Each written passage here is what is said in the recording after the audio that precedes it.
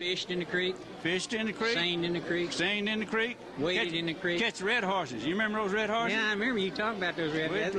They were good for fishing with. We'd tear those toe sacks apart, and so they'd make the length of width of two. You made me seine that creek. And we'd seine that creek and catch those little old minnows. And but we fished with the red horses that we caught. Yeah. I don't ever see red horses anymore. Yeah, you spotted one down there when we were down there a while last year. Well, there might have been one. There might have been one in the crowd. Yeah, but you kind of miss that, don't you? I miss it. What else do you miss about that creek?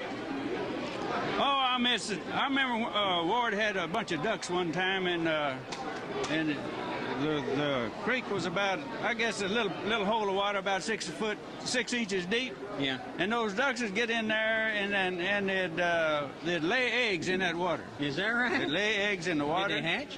No, not in the water. It wouldn't hatch. What was wrong with those ducks? Huh? What was wrong with those ducks? They didn't know the difference between a nest and the water, I guess. And anyhow, I'd gather those eggs out of the water, you know. Yeah.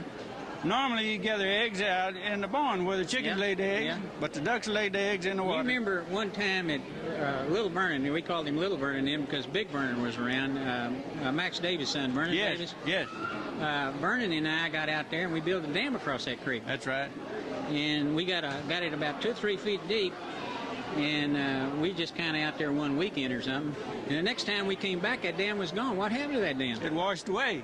Y'all were not very good at dam building. David told me y'all had to put all those rocks aside. Or somebody. I remember one time as crazy as we are farmers, we should have known better. But we put a bunch of hay across that creek, trying to dam it up with hay. Yeah. Can you believe that? No. We didn't have any. I remember one time you going down in the well back of the house to clean out the well. Is that right? You did stuff like that? Cleaned out the old well. What did you have to do on a farm? What did I have to do? Yeah. Milk cows, gather eggs. What time did you get up in the morning?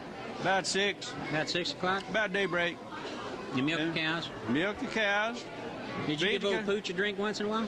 Oh, I gave the cats a drink. Pooch wouldn't drink milk, but the cats would stand on the hind paws and lap that milk up. Yeah. They just squirt it right in their mouth. Yeah. Yeah. And they loved it, didn't they? Loved it. Fresh milk. They'd get it all over them, and then they'd go. Did grandmother have many chickens out there?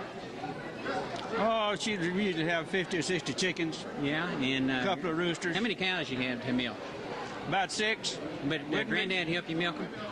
Yeah, It's just you and Granddad when you were left there by yourself. I was by myself 4 or 5 years. David, you see, was the next one up, and he left home, went to college.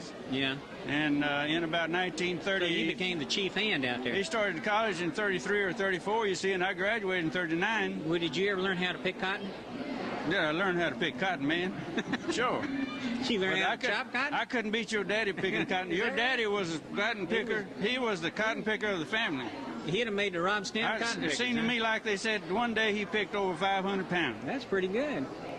And the best I could ever do he had the record. Was 210. And besides that, he picked that for over 500 pounds one day and had a date after that. My goodness. So he was, he was a going Jesse. Yeah, that was. I tell you.